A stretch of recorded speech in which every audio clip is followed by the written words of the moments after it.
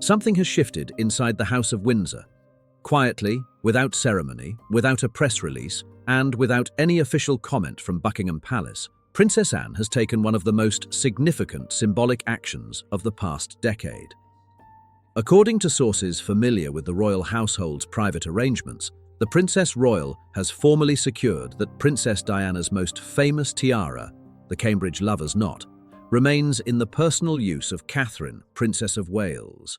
And according to those same sources, that arrangement came after a request from Queen Camilla was set aside. Not denied in a formal letter, not discussed publicly, simply ignored. Let's dive in. This is not just a story about a jewel. The Cambridge Lover's Knot tiara is one of the most symbolically charged objects in the entire British royal collection. It belonged to Queen Mary. It was loaned to Princess Diana, who wore it at state banquets and official engagements throughout the 1980s and early 1990s, cementing it in the public mind as Diana's own.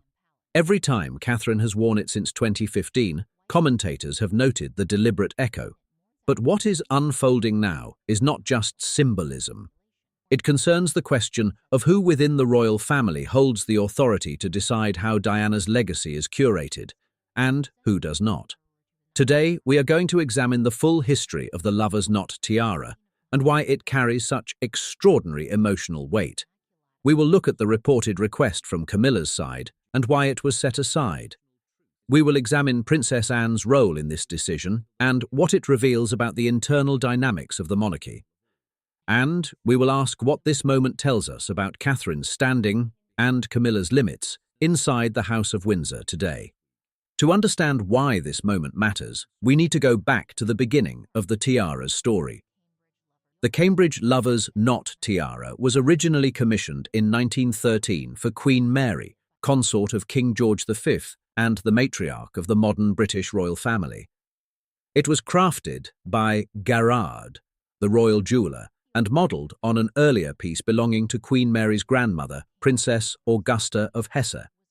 It is a spectacular creation, 19 diamond arches, each topped by a pearl drop, set in platinum. Unmistakable. Irreplaceable. Queen Mary wore it for decades.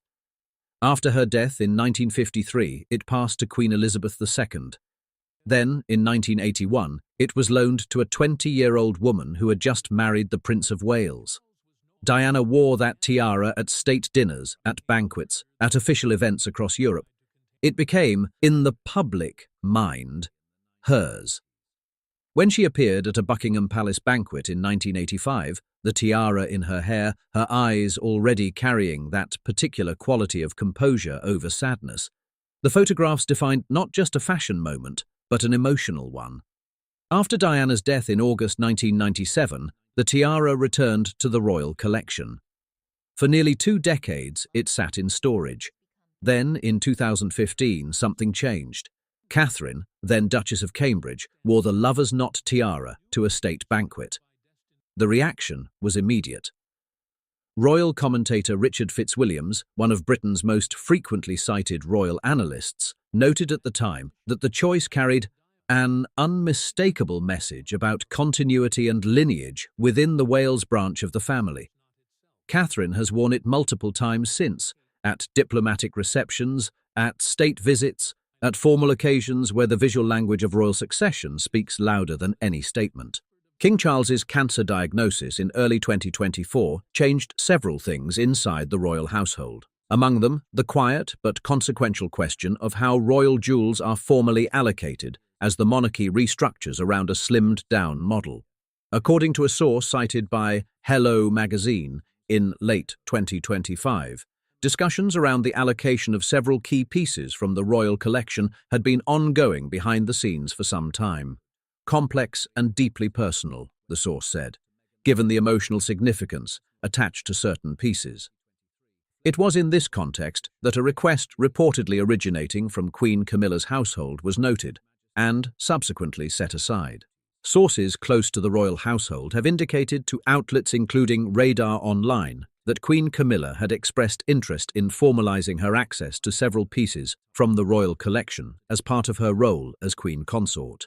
It is important to note that such requests are entirely routine within the formal structure of the royal household. There is nothing inherently unusual about a reigning queen consort seeking clarity over the jewels she may wear in official capacity. However, according to those same sources, one of the pieces discussed was the lover's knot tiara, and that, according to insiders, is where the situation became complicated. An insider told Closer Weekly that within certain circles of the royal family, the idea of Camilla wearing the lover's knot tiara was considered deeply sensitive. That tiara means something specific to this family, the source said.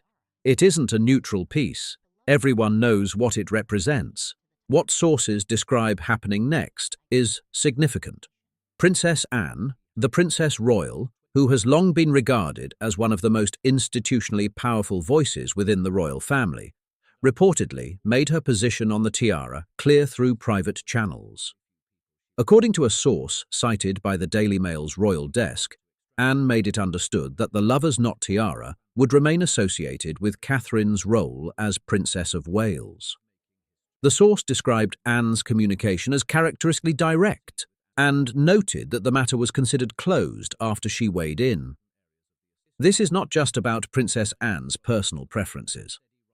Royal commentator Robert Jobson, writing in the Evening Standard, has described Princess Anne as the moral spine of the Windsor family, the one figure whose judgment is rarely questioned internally.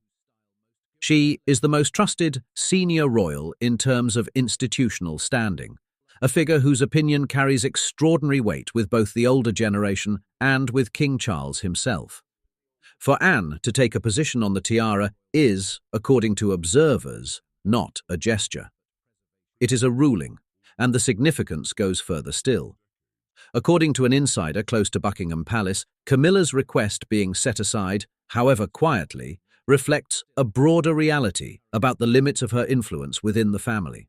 While Camilla holds the title of Queen, sources suggest that her standing with certain senior royals remains complicated.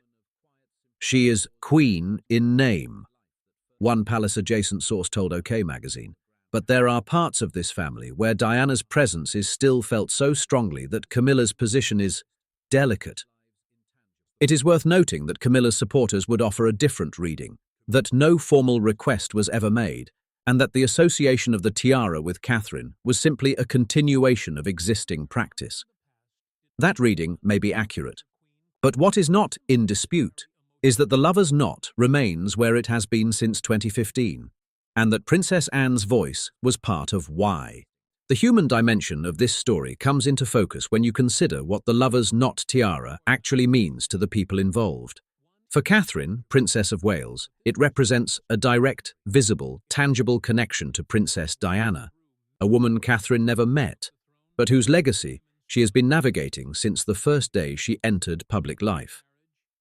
Sources close to the Princess of Wales have told Hello magazine that Catherine approaches the tiara with genuine reverence. She understands what she's carrying when she wears it. One person close to Catherine said, "She's aware of the history. She doesn't take that lightly." For Princess Anne, Diana was a complicated figure.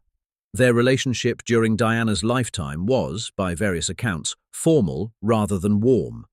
But Anne's support for Diana's legacy in recent years has been consistent. And crucially, Anne's primary loyalty has always been to the institution and to her nephews. Ensuring that the tiara remains with William's wife rather than migrating toward Camilla is consistent with a pattern observers have noted across multiple situations.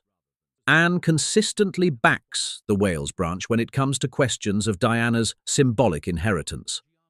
For Camilla, the situation carries its own particular weight. She is queen. She has worked steadily, patiently for years to build a public profile that earns respect rather than merely endures criticism.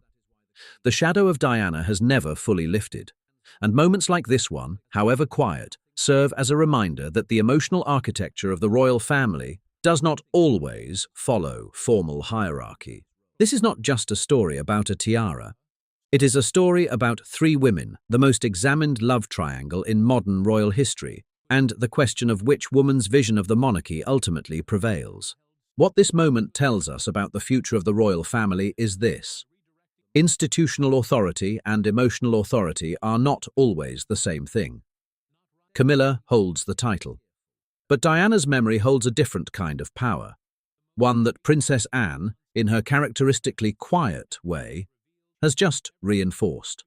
For Catherine, the continued association with the lover's-knot tiara is more than personal.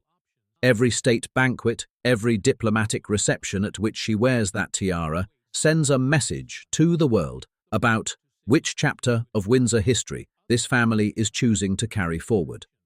For William, whose quiet, consistent efforts to honor his mother's legacy while building a new vision of the monarchy have defined his public role, this development carries its own significance.